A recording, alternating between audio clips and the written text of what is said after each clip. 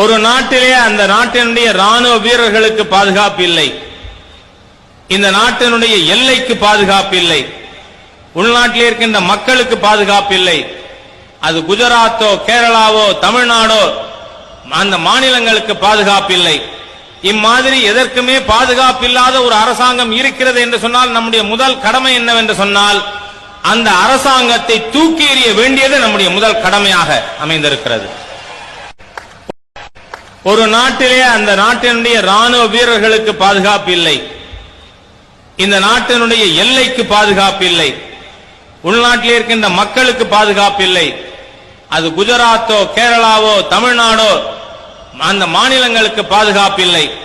இம்மாதிரி எதற்குமே பாதுகாப்பு இல்லாத ஒரு அரசாங்கம் இருக்கிறது என்று சொன்னால் நம்முடைய முதல் கடமை என்னவென்று சொன்னால் அந்த அரசாங்கத்தை தூக்கி எறிய வேண்டியது நம்முடைய முதல் கடமையாக அமைந்திருக்கிறது.